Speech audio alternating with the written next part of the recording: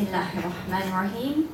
Alhamdulillah Rabbil Alamin. Assalatu wassalamu ala Rasulillah wa ala alihi wa ashabihi ajma'in.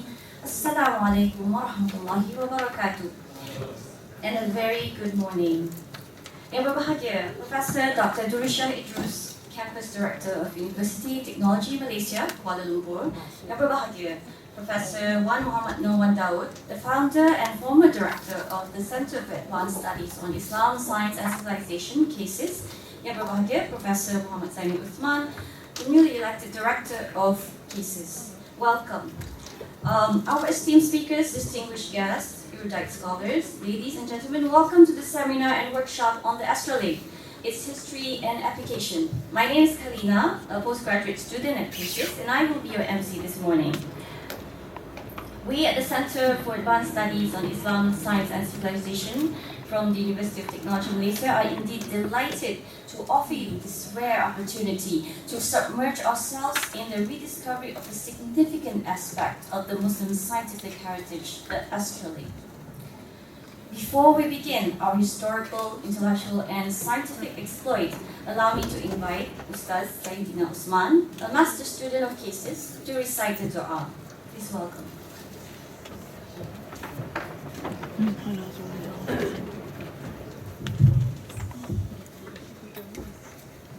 أعوذ بالله من الشيطان الرجيم بسم الله الرحمن الرحيم الحمد لله رب العالمين حمدا شاكرين حمدا داعمين حمدا حامدين حمدا يوافي نعمه ويكافئ مزيدا يا ربنا لك الحمد كما ينبغي لجلال وجهك الكريم وعظيم سلطانك اللهم اجعل هذا جمعنا جمعا مرحوما ولا تفرق من بعضه تفرق معصوما اللهم أعنا ولا تعن علينا وانصرنا ولا تنصر علينا وامكر لنا ولا تمكر علينا واهدنا ويسر الهدى إلينا وانصرنا على من بغى علينا برحمتك يا أرحم الراحمين اللهم ربنا لا تدع لنا في مجلسنا هذا ذنبا إلا غفرته ولا هما إلا فرجته ولا جاهلا إلا علمته ولا مريضا إلا شفيته ولا مسافرا إلا وصلته ولا ضالا إلا هديته ولا فقيرا أو مسكينا إلا أغنيته ولا عيبا إلا سترته ولا حاجة من حوائج الدنيا والآخرة لك فيها رضا ولنا فيها صلاح إلا قضيتها ويسرتها يا الله يا رب العالمين اللهم اقسم لنا من خشيتك ما تحول به بيننا وبين معصيتك ومن طاعتك ما تبلغنا به جنتك ومن اليقين ما تحول به علينا مصائب الدنيا ومتعنا اللهم بأسماعنا وبصرنا وقواتنا أبدا ما أحييتنا واجعله الوارث منا واجعل ثأرنا على من ظلمنا وانصرنا اللهم على من عادانا وانصرنا اللهم على من عادانا ولا تجعل مصيبتنا في ديننا ولا تجعل الدنيا أكبر همنا ولا مبلغ علمنا ولا إلى النار مصيرنا ولا تسلط علينا من لا يرحمنا برحمتك يا أرحم الراحمين ربنا تقبل توبتنا واغسل حوبتنا وأجب دعوتنا وثبت حجتنا واهد قلوبنا وسدد لساننا واسلل سخيمة قلوبنا برحمتك يا أرحم الراحمين اللهم انصر الإسلام والمسلمين اللهم انصر الإسلام والمسلمين اللهم أعزنا بالإسلام وأعز الإسلام بنا اللهم إن هذا الدعاء ومنك الإجابة وعليك توكلنا يا الله وعليك توكلنا يا الله أنت المستعان وعليك البلاء ولا حول ولا قوة إلا بالله العلي العظيم ربنا آتنا في الدنيا حسنة وفي الآخرة حسنة وقنا عذاب النار والحمد لله رب العالمين تقبل الله منكم تقبل منا ومنكم. Jazakallah khairan, Ustaz. Now, to deliver the opening address, allow me to invite the recently designated director of CASIS, Yang berbahagia, Professor Dr. Muhammad Zainiy Uthman. Please welcome.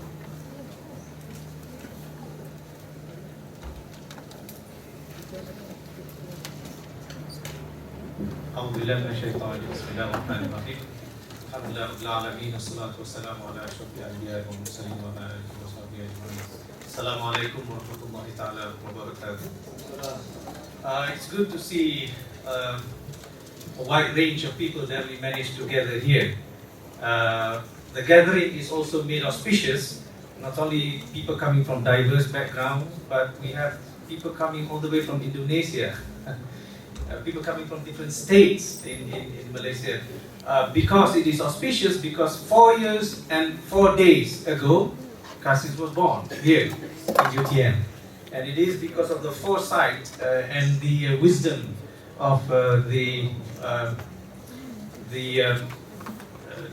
idea of Dr. Zainiy, Dr. Zainiy, who met with Professor Wan, who came and discussed with Professor Wan the idea to establish a center where these kinds of activity that we are all experiencing can take place. And for those of you, friends who have been with us for the last 4 years, you can see that we have grown. And sometimes our seminar outgrown the facilities that UTM can offer. So inshallah we'll grow further and further. I'd like to thank you also the generosity of UTM research grant that make this particular seminar and workshop available. And also thank you to our guest speakers from Holland and also from England, Dr. Robert van Gent, Wilfred de Graft, and Dr. Salim Idrus, and our own Dr. Zakia, who will be speaking later on today. I shall not take too much of a time, but I also would like to remind you of what we do here at CASIS. CASIS is a strange place for many people because when the moment you hear the keyword Islam, people thought that we were just repeating the Islamic studies program. We have that too. But in addition to that, we have other things that other Islamic studies programs don't do. We will emphasize students to go deeper and deeper into Arabic, number one, deeper and deeper to other research languages of their interest, be they Turkish, Arabic, Persian, what have you, and associated or languages in the European studies that will support their studies. If they do philosophy, then they need the attendant languages of Greek and Latin. They have to do that on their own. You know, we have Dr. Shamsuddin, who is away from us today. He is in, I think, in Oxford or somewhere in Europe also, doing his visits to some places. We are not big, we are small. We have 8 people, Professor Wan and Professor Tatiana, Dr. Wan Suhaimi, Dr. Adi Setia, Dr. Sulaiman, myself, and who else did I miss? Dr. Khalif. Is Khalif here? He has not arrived yet. Traffic. And there are so many other participants who have registered, who have paid, but have not made their way yet because of the traffic in Kuala Lumpur. I'd like to thank you again. I hope these 2 days will be a very exciting 2 days. I'm looking forward to it. Personally, I have seen Astrolabe at the museum, Oxford Museum of Science, where they have a huge collection of astrolabe. But tomorrow, we will have a hands-on experience of how to use the astrolabe to find the direction of the Qibla. And to see this thing actually being used. And like Dr. Adi was mentioning earlier, this is one piece of technology that is still applicable today without software updates. Thank you very much. Welcome and enjoy the 2-day seminar workshop. Assalamu alaikum warahmatullahi ta'ala wa barakatuh. Thank you, Professor. Now to deliver the welcoming address, please welcome the Campus Director of the University Technology Malaysia, Kuala Lumpur, Professor Dr. Durrishah Idrus. Please welcome.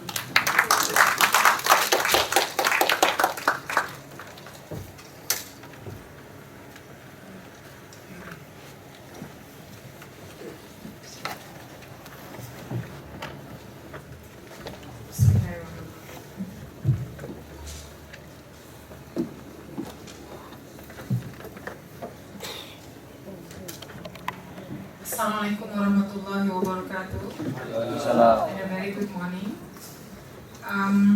Founder yang berbahagia Profesor Dr. Wan Muhammad Noor Wan Daud,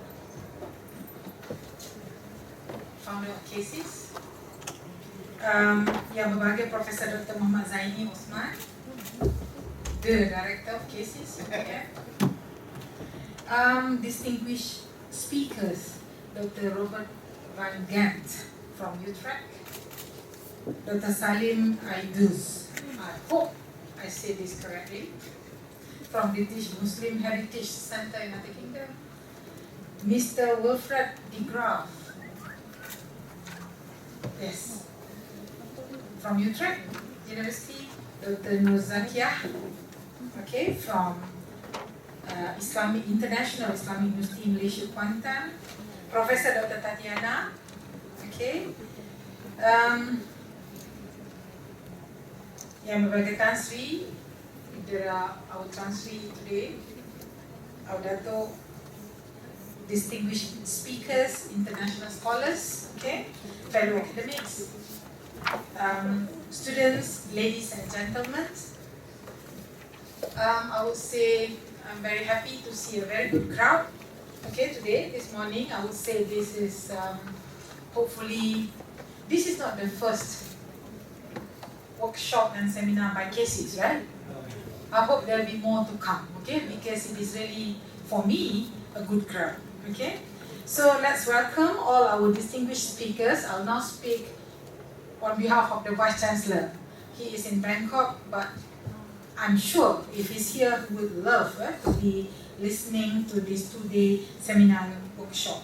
So let's welcome the distinguished speakers, esteemed guests and participants, fellow academics and students to UTM Kuala Lumpur seminar and workshop on Astrolabe, its history and application, organized by CASIS. I'm just going to share a bit on CASIS, founded by Professor Dr. Muhammad Noor Wan Daud, a distinguished scholar and educator, a profound poet, okay, who through his close friendship with the Muslim scholar, Professor Dr. Syed Muhammad Naqib Al-Attas, champions of many ideas on Islamization of contemporary knowledge, from which he later develops the idea of culture of knowledge. I remember Professor Dato' Sri Zainiy says, if you people want to read my mind, go and read books by Professor Dr. Noor Wan Daud. That's what he said, Prof. Okay, I'm really, I think I should, okay? This idea has strongly influenced the direction and characteristic of foundational ideas on, among others, the philosophy of education, the purpose of higher education, the meaning of development, and in the process explore new dimensions to some important ideas as tolerance, extremism, patriotism, and others. Today, I see a range and a diversity of scholars here at CASIS coming together to discuss and share your thoughts, expertise, and passion on this two-day seminar, focusing on the history and application of the Astrolabe. If I can add this morning, I just share, it is now in front of me, the young people. It is very important for us scholars, people from the different generation like me and Professor Wan and also Professor Zainiy. I think either they are of the same age as me or a bit more experienced, okay? But we must engage the young, okay?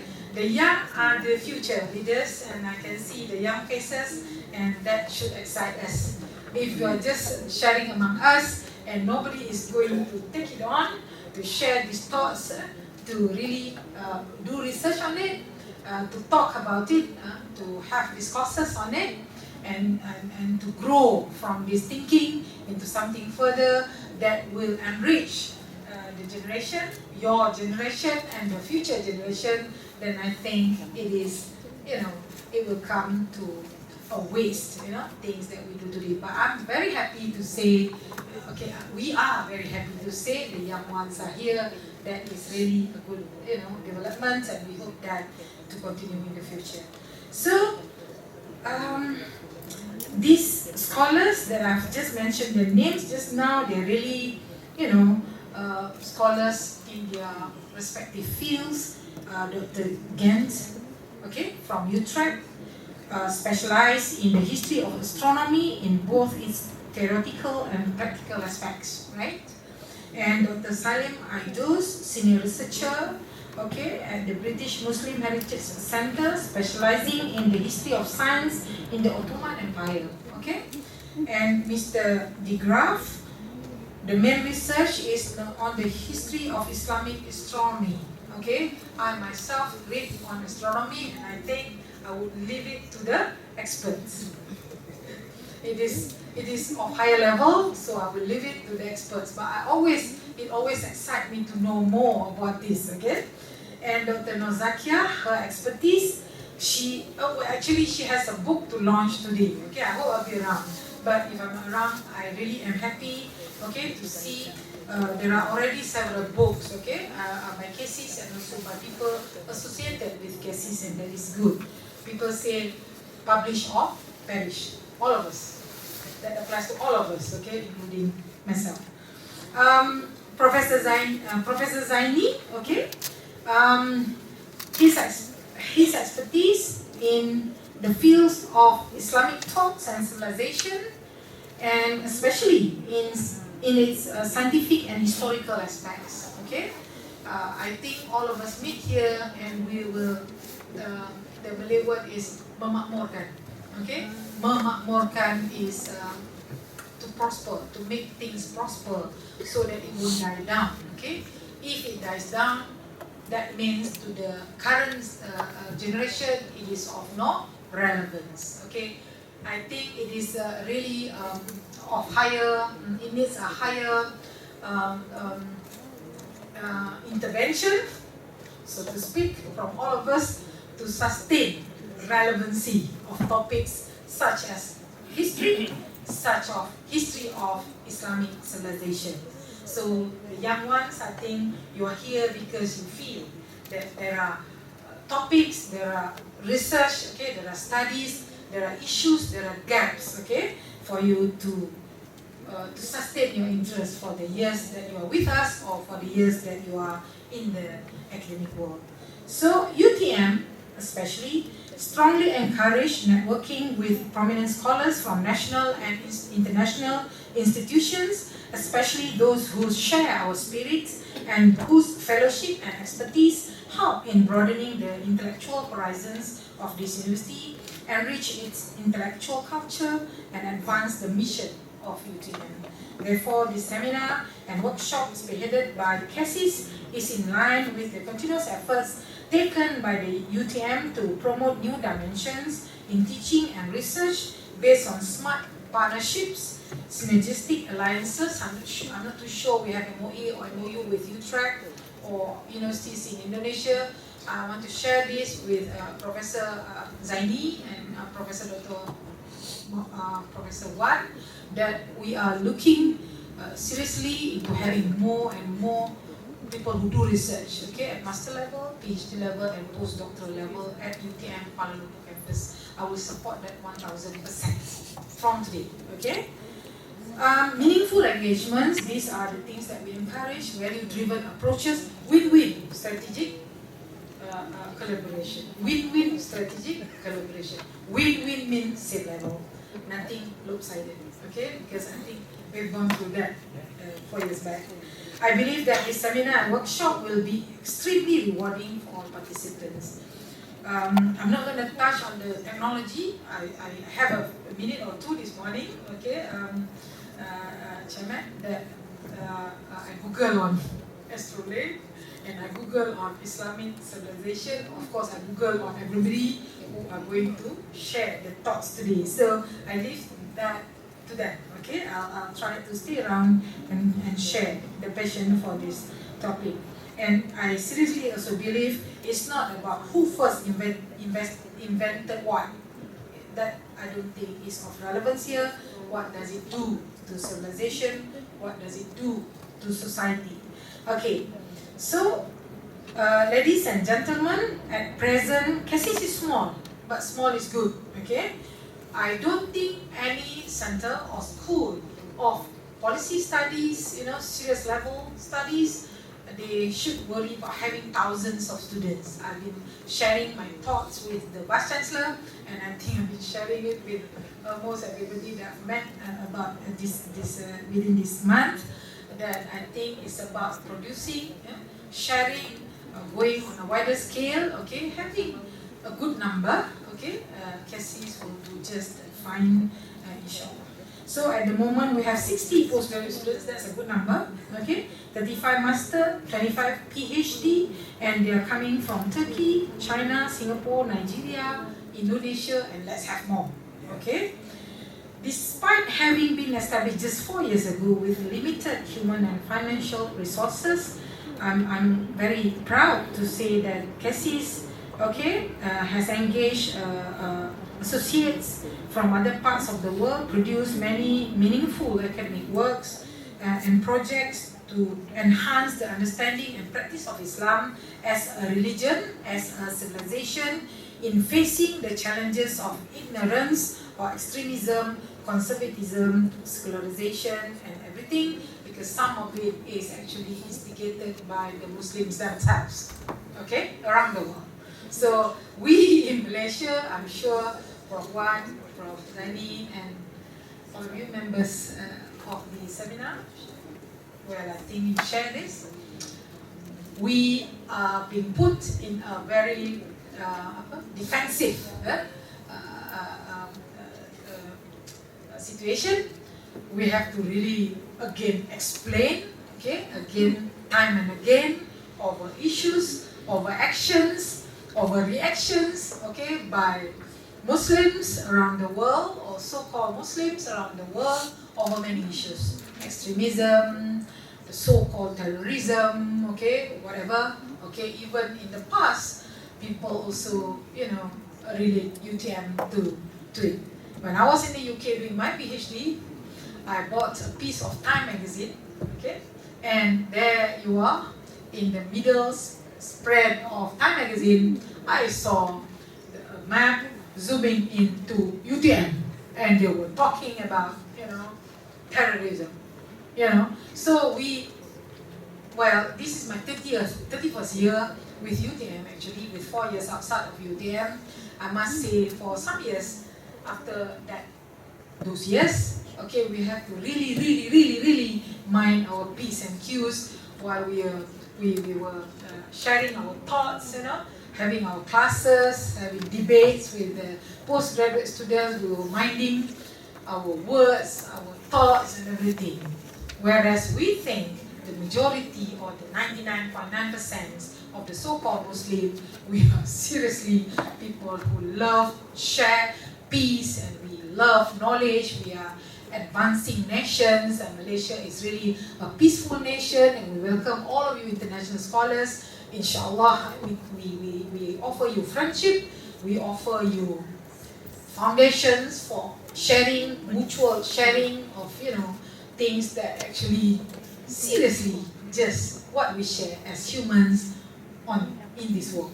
Okay, but I remember this ambassador of the United States of America, when I invited him over to UTM Skudai, and he said, I can't remember his full name, but he said, do not believe all those films, the Hollywood films that he knows Malaysians watch all the time. If they cannot have it on national TV, they have the Astro, right? They're so into American TV and American life, and some Malaysians, and I would say some parts of me maybe are more American than the Americans.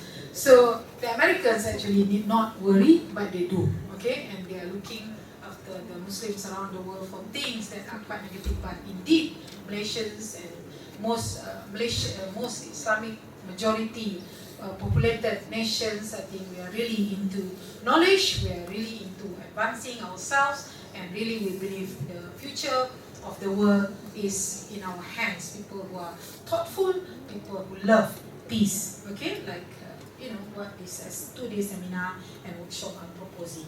Okay, with that I think I thank everybody. Okay, I thank Professor Zainiy, I thank Prof. Wan, I thank all the professors of CASIS, the academic and non-academic staff of CASIS. Okay, I thank all the participants. I congratulate all the participants for being here for these 2 days, and of course I welcome and I thank the readiness, the friendship offered by all the international scholars who are here as speakers and also who are here with CASIS and with UTM. So with that, with Bismillahirrahmanirrahim, with great pleasure, I hereby declare the seminar and workshop on Astrolabe, its history and application open. Assalamualaikum warahmatullahi wabarakatuh.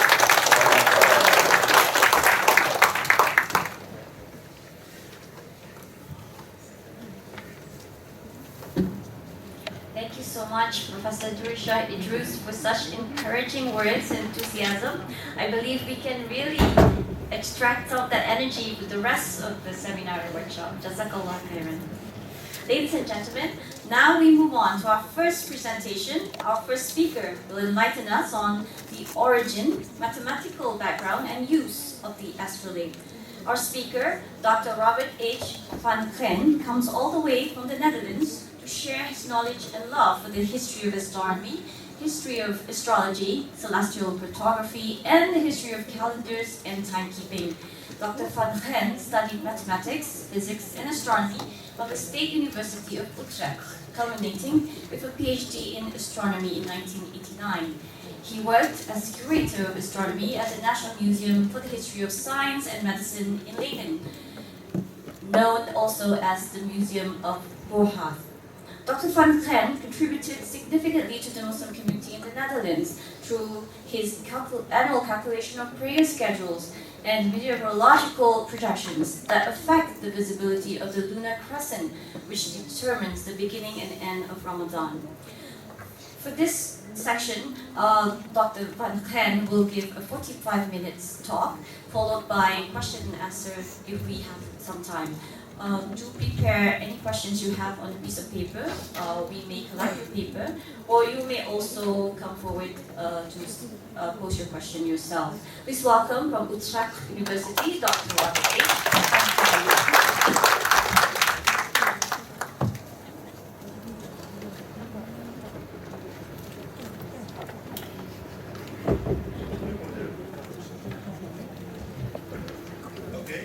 Good morning.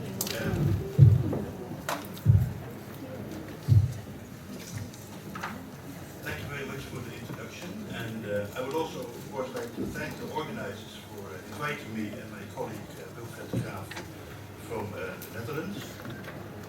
I've been asked to give a kind of an introductory presentation on the astrolabe, its history, a little bit about its mathematics, but don't worry, I will not go into the details, but just give you a kind of sense of the mathematics which is behind the instrument. Okay, can I have the first slide, please?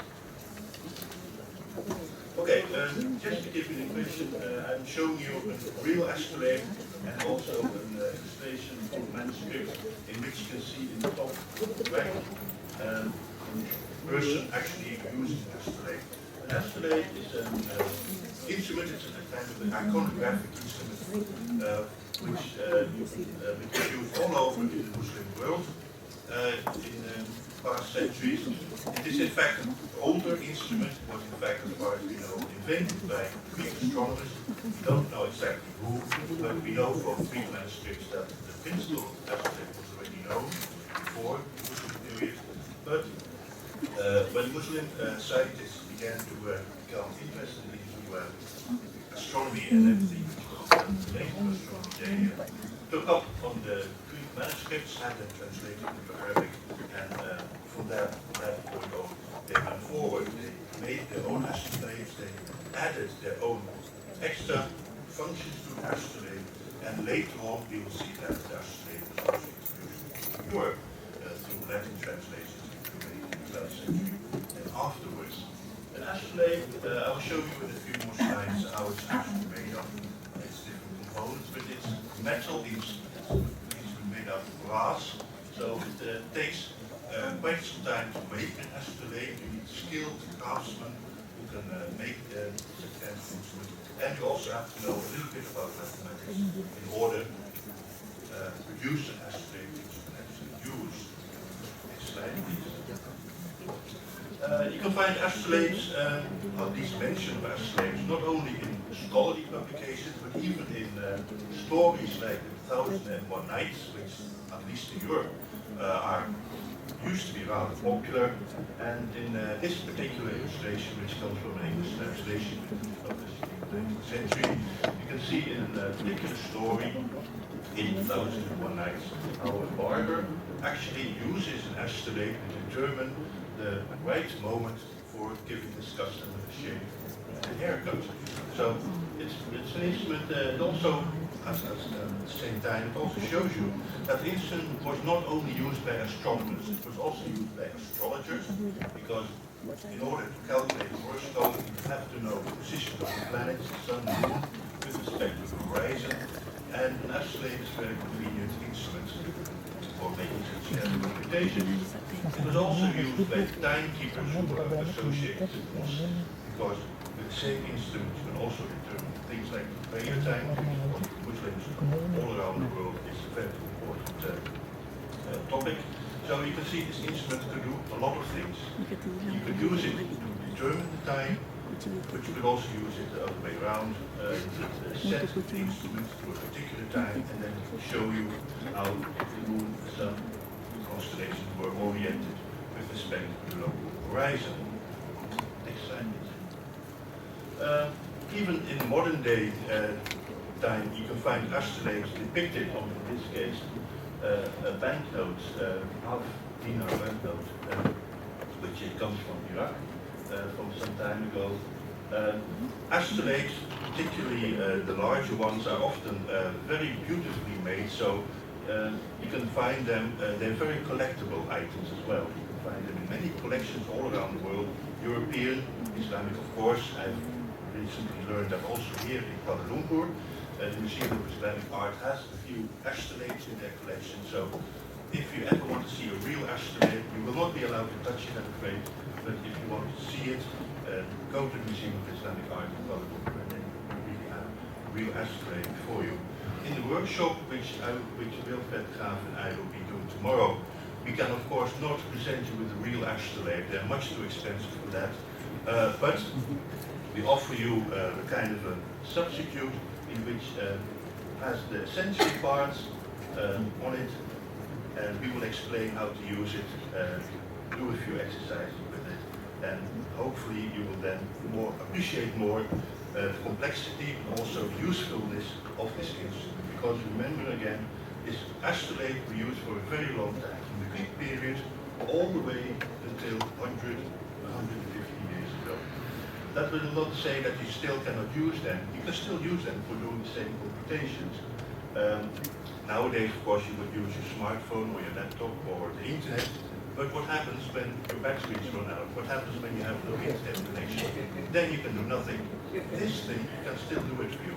Doesn't need any batteries. You only have to know how to do it. Well, that's what we'll try to explain tomorrow.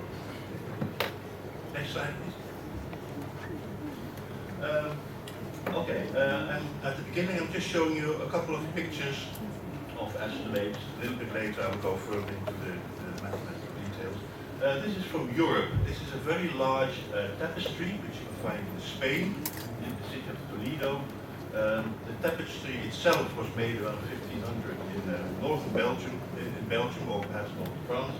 But it shows you, in the central part, it shows you, in fact, it's modeled after an astrolabe. It shows you the constellations, the northern constellations, and the constellations around the zodiac and the south of the zodiac. So even in art, even in late medieval art, you can see how familiar the concept of the astrolabe is. It's of course based on the medieval view of the universe, in which the Earth was stationary and in the center, and everything else, the stars, the moon, the planets were assumed to evolve around the Earth. And if you look carefully to the left, you can see actually an angel cranking the universe to make it move around the Earth. So that is how they, people in the Middle Ages, Europeans. I think you need to show that the slide. We cannot see which one is that. Oh, sorry. Is there a pointer or is there a point? So you can imagine the angel all day long, all night long, doing this to make the heavens move around the stationary Earth. Okay, that was a European example. Next slide, please. Okay, now a little bit more on the astrolabe itself. This is a model drawing, of course, very similar with the model we'll be using tomorrow. An astrolabe has several components. It's perhaps more easy to see that here. And of course also the cover booklet we all have. It shows you stars. These points are all bright stars. This is the path of the sun, the annual path of the sun through the constellations of the zodiac. And of course you have to know where the sun is. In the summer time you will find the sun somewhere here. In the winter time it will be somewhere on the top. And now in February it should be somewhere here. That is one of the things which you have to know, of course, when you use astrolabe, because the motions of the sun, but also the motions of the planets, of the stars, they depend on the season. So you have to know which part of the year you're in. But that's very easy. There are tables for that which tell you where to find the sun. And when you've set the instrument to that, then you can do the calculations. Below is a grid with curved lines, and they represent the local coordinates around you. This circle here, that's the horizon, and all these circles are circles which go this way around you, 10 degrees, 20, 30, 40, 50 degrees, all around, and point straight up, and that's this point here.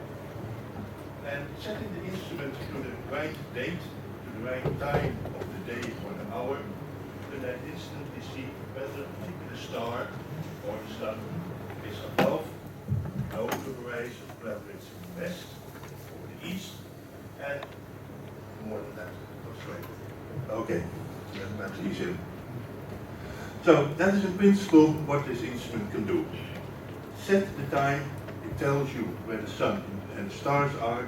On the other hand, if you don't know the time, measure the altitude of the sun during the day or one of the stars during the night, and then you can set the instrument so that it tells you the time. So you can use it both ways. The instrument is, of course, dependent on your latitude. So this set of lines which you find here depend on your latitude. You have to have the right plate for using this instrument, and that's why you find on most astrolabes a set of different plates. Each side can be engraved for a particular latitude. So in this case, if you have 3 plates, you in fact have 6 latitudes which you can use. And if you have more plates, you can even use more latitudes. Okay, this very briefly about how the instrument is composed. Next slide. This slide shows in a little bit more detail different components. I've seen that the same diagram is also found in this booklet with a Malay translation, so that should help you in understanding the different components of the instrument. At the moment I'm only showing you the front side of the instrument. There's also a back side of the instrument. I will tell a little bit about that later.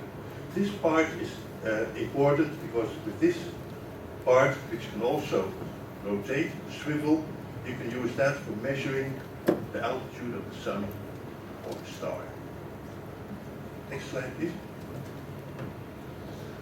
Here we have one of these central plates, also in more detail. This one is also reproduced in the booklet. And here you can see those lines. The horizon line and these lines of constant altitude. They are called al-Bīrūnī, comes from the Arabic.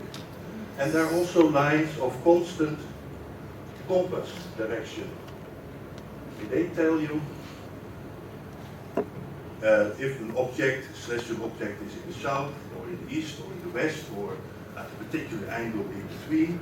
And it is very precisely engraved. So these instruments, if they are properly made, can be quite accurate and can tell the time within a few minutes or so, which is quite remarkable. This plate is made for a latitude of 52 degrees, which is rather far from the equator, of course, but this is appropriate for the places where I myself and Wilfred de Graaf come from. We will see that for Kuala Lumpur, which is much closer to the equator. These lines all change, and you then need a different figure for that. Next slide. Okay, now a little bit more about the mathematical background of this instrument. Okay, this thing.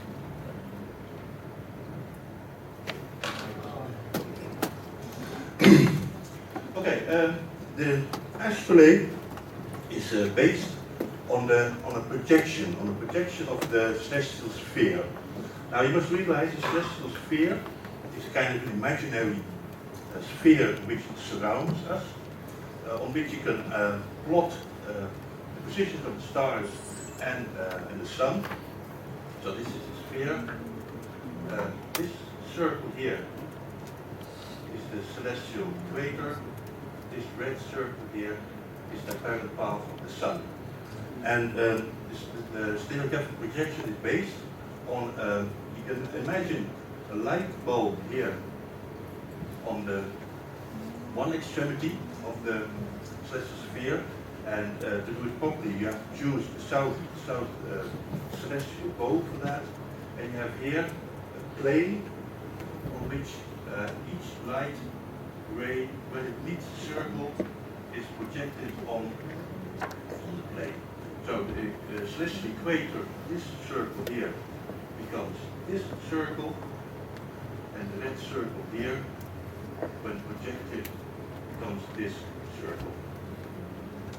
And one of the amazing properties of the stereographic projection is that all circles on the sphere, they become circles on the projection plane. And that's very convenient for the instrument maker, because equipped only with a ruler and a pair of compasses, it's of course very convenient if you only have to draw straight lines and circles. And that's what, in fact, what you see on an astrolabe. Mainly all the curves on an astrolabe are in fact circles, parts of circles, or straight lines. So that makes it rather easy. Well, it still is complicated because you have to know the radii of the circles, you have to know where to put the centers of the circles, but from that point on, it's easy to draw a curve on the astrolabe plate. Next slide, please. The stereographic projection, I've applied it here to the Earth, which gives you kind of an idea how the projection works. So this is the northern hemisphere, but the further you go south, the more things become extended. So it does not preserve areas or distances. So you cannot use it to project the whole sphere, because the further away from the projection center, things become very much enlarged, which you don't want. But if you do it until this curve or this curve, then it's more or less okay. Next slide. This projection, stereographic projection, was in fact very popular with cartographers. This is another example of using the same projection, but not from the South Pole, as was done in the previous projections, but from the equator. If you put your projection point on the equator, then you could make maps similar like this of the whole world. This is a Dutch map made in 1664 by a well-known Dutch cartographer. And again, all these lines here are all circles or parts of circles, which again makes it easy to draw. Next slide. Okay, I mentioned the fact that projection, that the latitude is an important concept with these things. This is the plate for 52 degrees, the latitude where we come from. But this will, of course, not work in Kuala Lumpur. So for the model, which you will work with tomorrow, we have Wilfred de Graaf has drawn it for a latitude of 3 degrees. Next slide, please. Then it looks like this. The horizon line becomes nearly straight. In fact, if Kuala Lumpur was on the equator of the Earth, then the horizon line would become exactly straight. One other thing which is perhaps also useful to note, people always ask what aspects of the astrolabe are still with us today. I mean, the astrolabe is an old instrument. You would not expect that any of these aspects would still be found in present-day timekeeping. Well, have you ever wondered on your watch why the numbers go clockwise? Everybody knows how the numbers on the watch are clockwise. Why can't they go the other way around? There's of course no reason why you can't go the other way around. In multiple shops you will find watches which go counterclockwise. Well, the reason why is that on the astrolabe, which is an older instrument than the mechanical clock, the hours also go this way. These are the hours. 12, 1, 2, 3, 4, 5, 6, etc. So when the first mechanical clocks were made and clock dials were designed, it was very natural to do it the same way as on the astrolabe. So that's why clocks have dials which go this way. Next slide. Okay. So far, I've only been talking about the front side of the astrolabe, but there's also the reverse side. And it's in that respect that Western and Eastern astrolabes, European, Islamic astrolabes, differ a little bit. Because on the front side, they are more or less the same. On the reverse side, it's a little bit different. What you will find in both cases is a scale for measuring the altitude. So this is 0 degrees, 5, 10, etc. until 90 degrees, which is in fact that way up. There is the alidate which rotates around the center, which can then be used for measurements. What you find on the European astrolabe is a calendar scale, which one is here, all around, and that helps you in determining the position of the sun in the zodiac. So for each month and each day, it tells you in the signs of the zodiac where you can find the sun. So, for instance, for the workshop tomorrow, you look up February, that is here, the 25th is here, and then you see in the sign of the fishes, Pisces, it is somewhere around, well, what would it be, 7 or 8 degrees in Pisces. And that helps you in doing that. There are also some scales which have to do with conversion of hours. In antiquity, people used unequal hours. Nowadays we use equal hours. I'll not explain the difference, that's perhaps a bit too technical, but with these curves you can easily convert these equal hours into equal hours. And there's also a scale which is convenient for calculating the length of a shadow. And there's a kind of grid here which helps you in the computing science and cosines of angles, which is also very useful. Okay, next slide please. A little bit back in history. I mentioned that we know that astrolabe was already known to Greek astronomers. Who in fact invented it is not known not quite known precisely. Many people think it was invented by Claudius Ptolemy.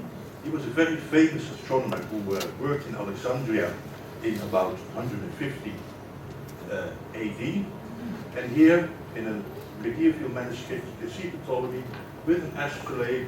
It was also an astrolabe and other mathematical instruments. It's perhaps important to realize that the astrolabe was not the only instrument known or used by Muslim astronomers. There were more instruments. But still, the astrolabe is perhaps the most famous of those instruments. Here, what we do know for sure is that the concept of the stereographic projection was already known to Ptolemy, but it was perhaps already known before this time, but very few Greek manuscripts are preserved from the time before Ptolemy. Next slide.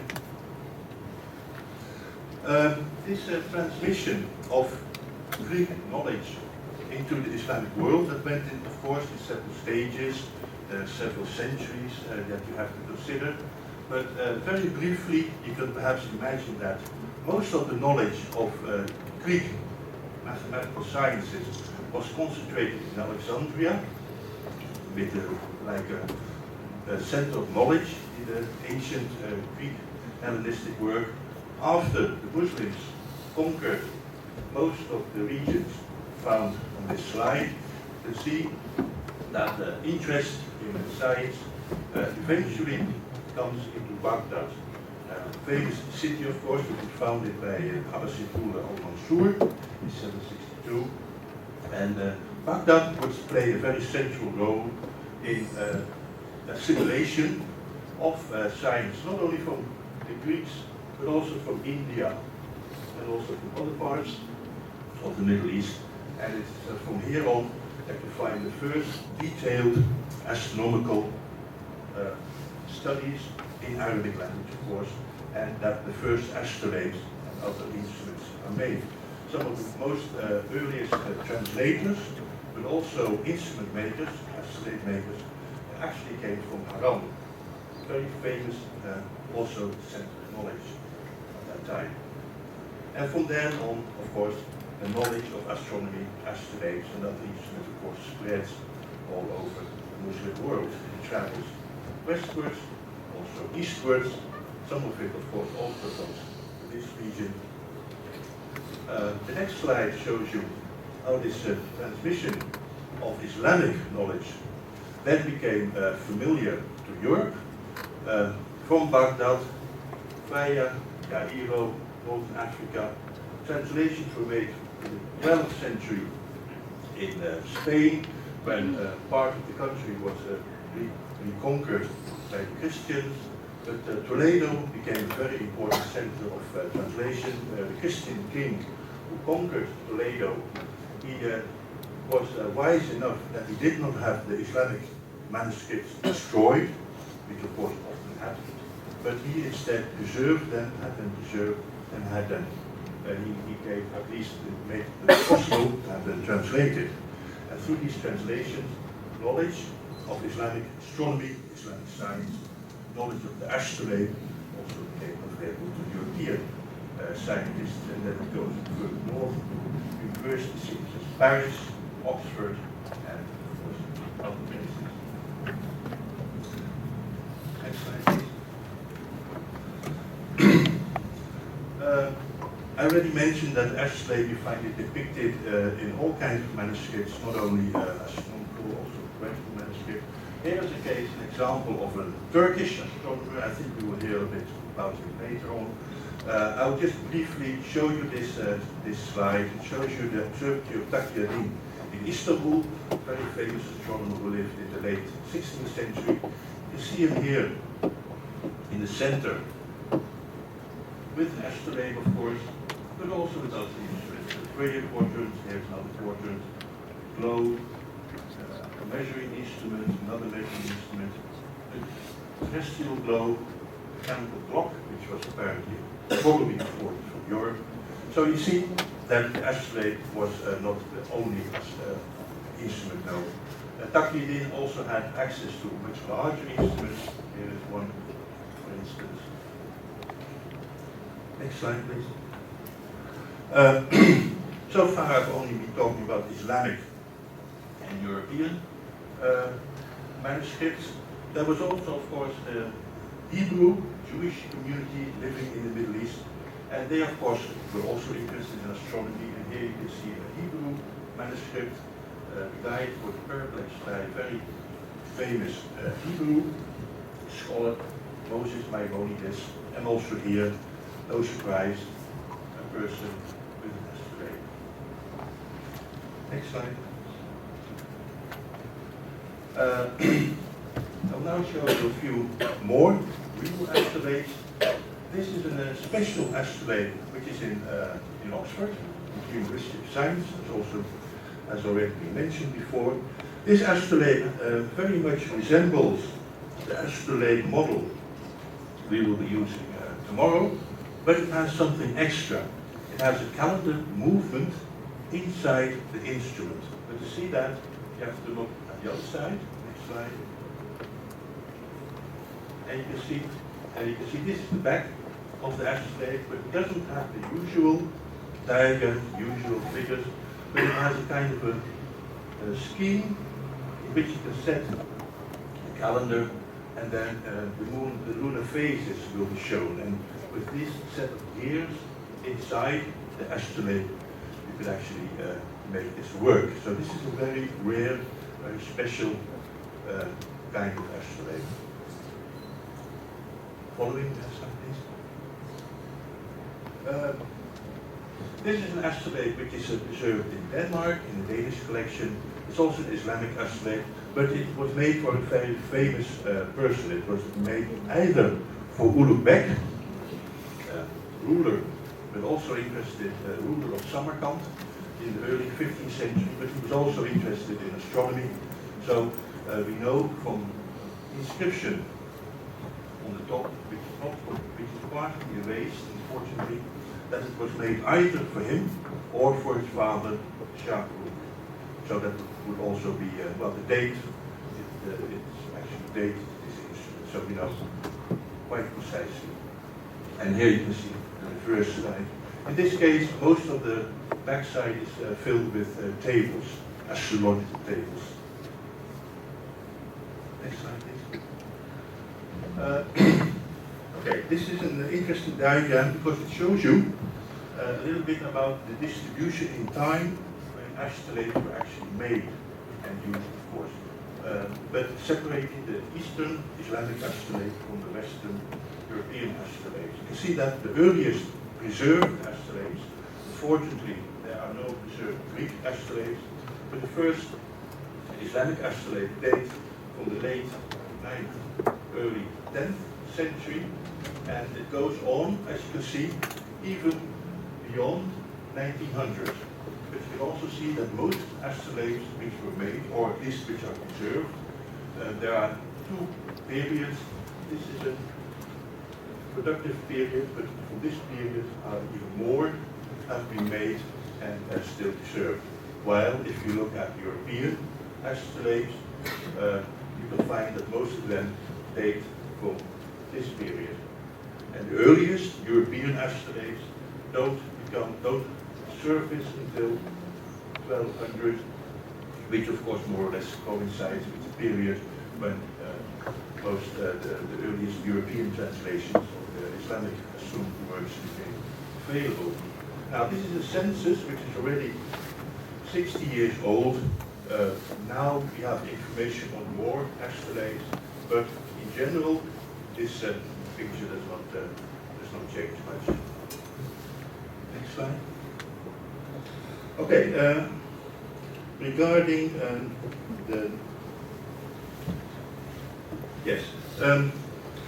on the read of an astrolabe.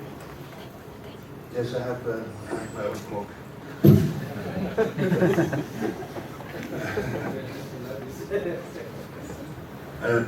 Okay, I already mentioned how, looking at the clock again, how the system of hours that we still use in fact descends from the astrolabe. There's another interesting thing you can point out, is namely the names of the stars. Many of the familiar stars that you can see at night during the sky, at night time in the sky, have Arabic names. Most of you are probably aware of that. But I mean, most of those names, in fact, are the same as you would find on astrolabes, because the stars mentioned on the astrolabe, they are of course also named. There's not much space for the names, so you have to keep the names brief, short. And through the European translations of these kinds of texts, the Arabic names also became popular in Europe, and were of course also used by European astronomers. And that's the reason why modern astronomers, 5,000 years later, also still use those Arabic names. Karnar, the star at the end of the river; Rigel, the star in the foot of the giant; Betelgeuse, the star at the shoulder of the giant; Al-Habor, that is the dog star; Al-Bīrūnī, the star which follows. Well, there are many examples, as you can see, and they are all Arabic star names. So this is also a very nice example of how this Islamic Arabic knowledge of the stars is still used today. You noticed that in one of the previous slides that the number of astrolabes, European astrolabes, declined after the 17th century. Well, there's a reason for that. First of all, the invention of the mechanical clock, which of course evolved into these things, made astrolabes less necessary. There was also a development which had to do with the invention of the book printing in Europe. And that made it much easier to make paper models of astrolabes, rather similar to the ones we produce tomorrow. But these ones are still very much elaborate, very much closer to the original astrolabe. And once you have a copper plate engraved for making such a print, you can then print hundreds, even thousands of copies at the same time. So this made it, on one hand, easier to make paper astrolabes.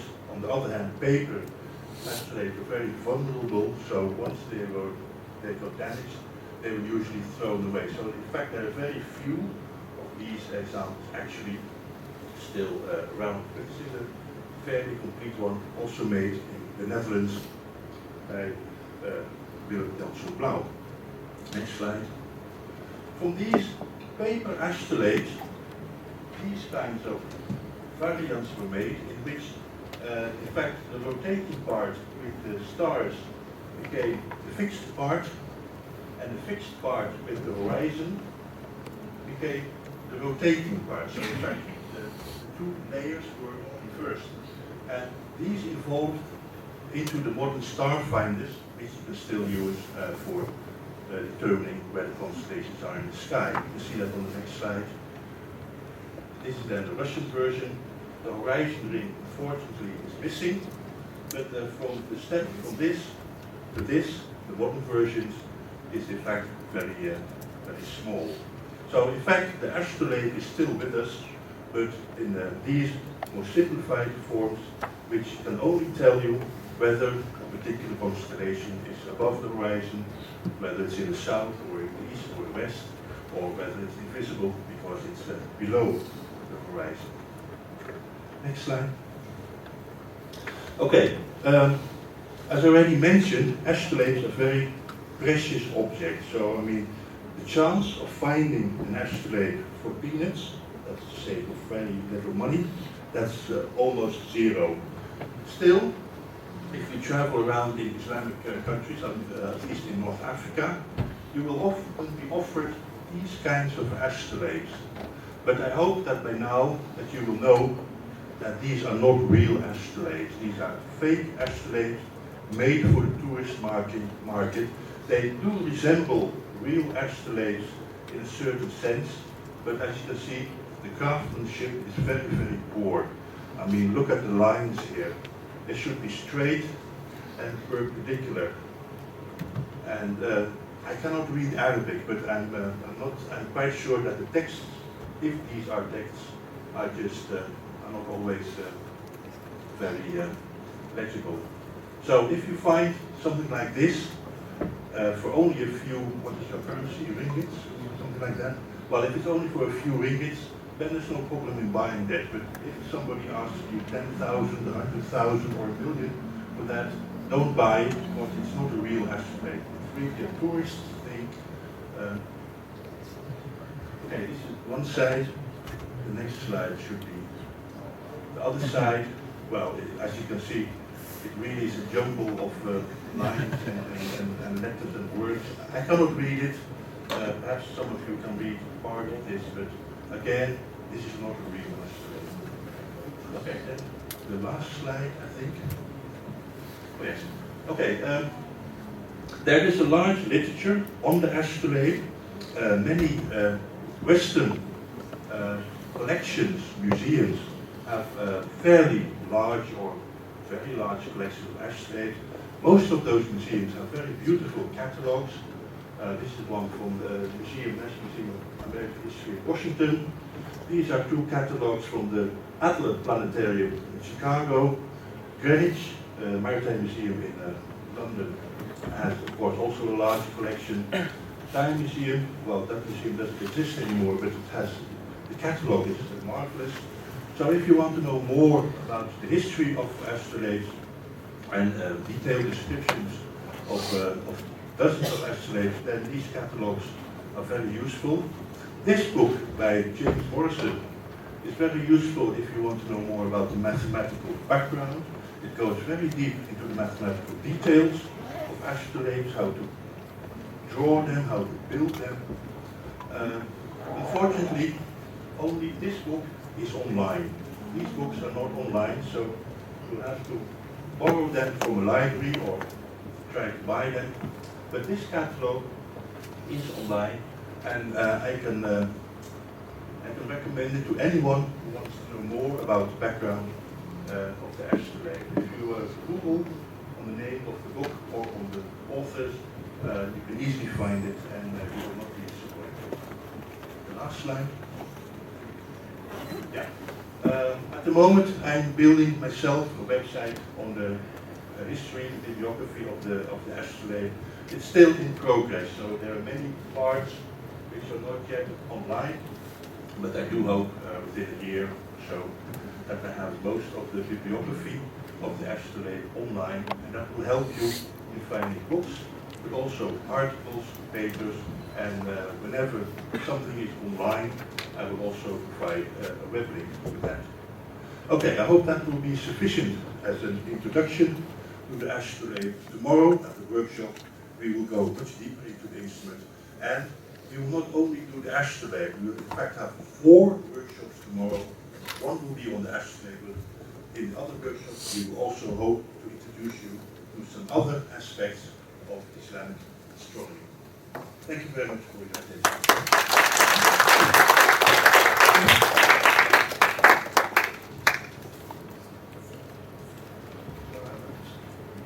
Thank you, Dr.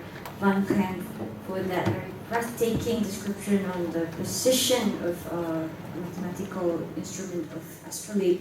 So without further ado, we open the floor to your questions. We have ushers ready to take any notes of your questions. Please raise your hands if you have them, or if you'd like to ask your question orally, please raise your hands. Yeah, we have one question over there.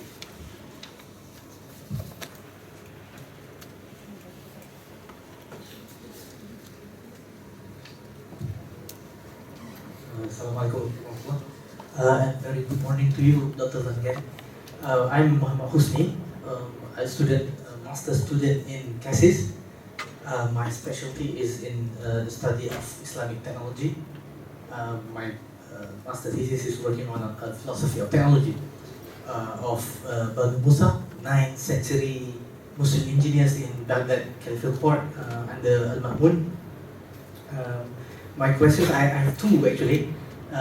First question is that during the course of my study, some of the works that Banu Musa have written, they have a total of 20 works, and most of them lost except for 3. And among these works, there is a treatise on the construction of astrolabe which Al-Bīrūnī later quoted. So I was wondering if in your work, in your line of work, you have ever encountered any of these lost treaties by Musa, especially on the Astrolabe. Second part of the question is we're interested to know if there is a place where we can purchase genuine Eastern Astrolabe or Western for that matter. Thank you, Doctor. Thank you for your question. Well, regarding the first question, I must confess that I'm not really a specialist on the Astrolabe. There are people like David King and others who are the real experts on the Astrolabe. I just may just quote from their works actually. But there is some literature on Islamic astrolabes, astrolabe makers, manuscripts of astrolabe. The problem is that very few of those are available either in a modern or a good edition or in a Western translation, because I must confess I cannot speak Arabic, I cannot read Arabic. That's one of the things which I wish I could, but languages is not one of my strong points. I'm much more comfortable with cosines and sines and stuff like that. But in my website I will try to make it so complete as possible, so if I do find anything relating to the manuscript or the person that you mentioned, I will of course mention it on the website. Regarding your second question, where to buy an astrolabe? Well, first of all, you must have a very deep pocket, a pocket with a lot of money, because you can find astrolabes. There are, if you look at auction sites like Sotheby's, you can find astrolabes offered every now and then, but you have to pay 100,000 pounds. So they really are very expensive. There are, of course, modern facsimiles. There are modern models which are made. You can find on the internet. There are several people who offer them.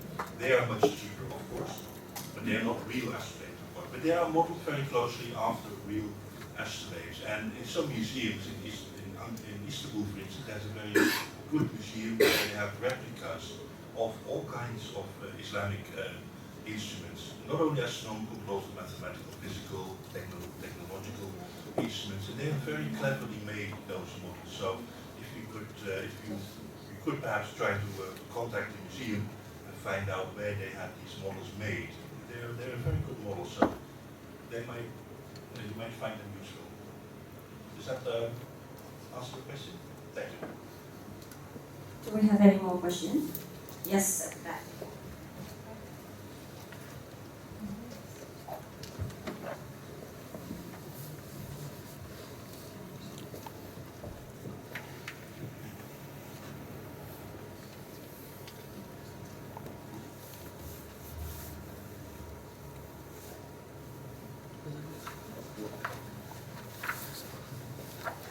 Okay. Thank you for the time. My name is Yudhyanto Pramudia from Universitas Ahmad Dahlan, Indonesia, Jakarta. I am kind of new with this field, with Astrolabe, but since you are in the mathematical background, and you show the line, the timeline on the Western and Eastern Astrolabe, just wondering about the mathematics development in terms of the method and algorithm from the beginning until the end. Is there any significant development? And what about the mathematical method between the Eastern and Western that influenced each other, or like the Eastern inspired by the Western, or vice versa? Thank you. Okay, well, the mathematics behind the instrument was, of course, first developed by Greek astronomers, mathematicians. We know that from manuscripts, but their astrolabes were much more simpler. It were the Islamic astrolabe makers, scholars, who developed it into the instrument that we now know of. And their mathematical methods are, of course, very similar to the European ones, because the European mathematics is largely based on Islamic mathematics. I mean, those texts were translated into Latin, the tables were translated into Latin, the sine, cosine functions, which we now use, all come from Islamic mathematical works. So the mathematics is very simple, is almost identical. There's not much. So you can indeed say that European mathematics and astronomy and instruments were indeed derived from Muslim, their Muslim counterparts. Okay. Do we have another question? The last question? Yes.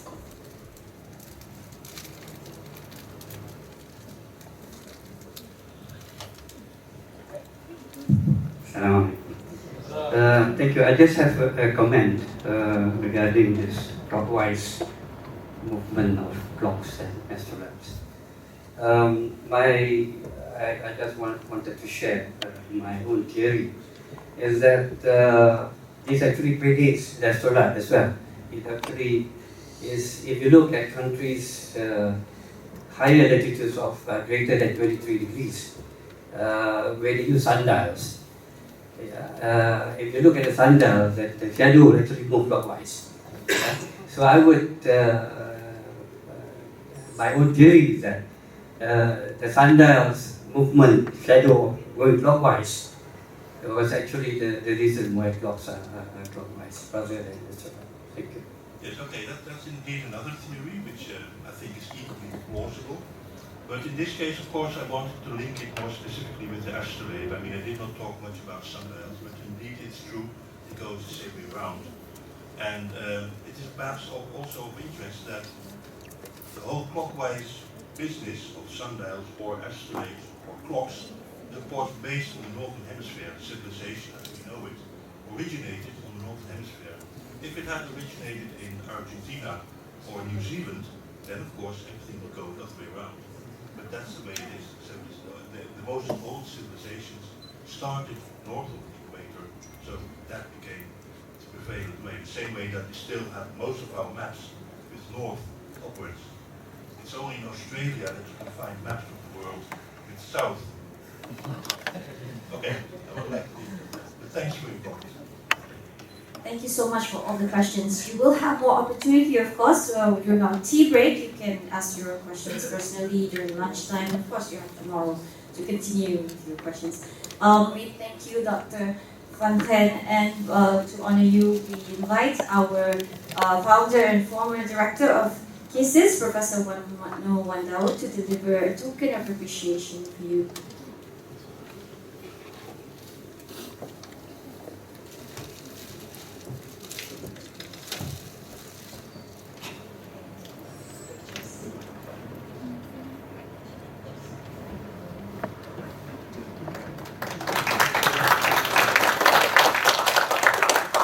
Again.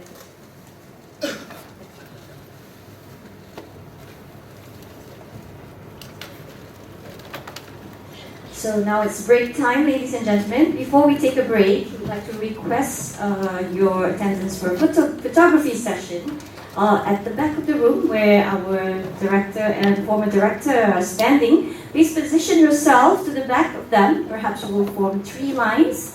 Do proceed. After this, you'll have your break in the room next to this one. You're welcome to proceed for the photography session. Please return here at 11 a.m. after the tea break. Thank you.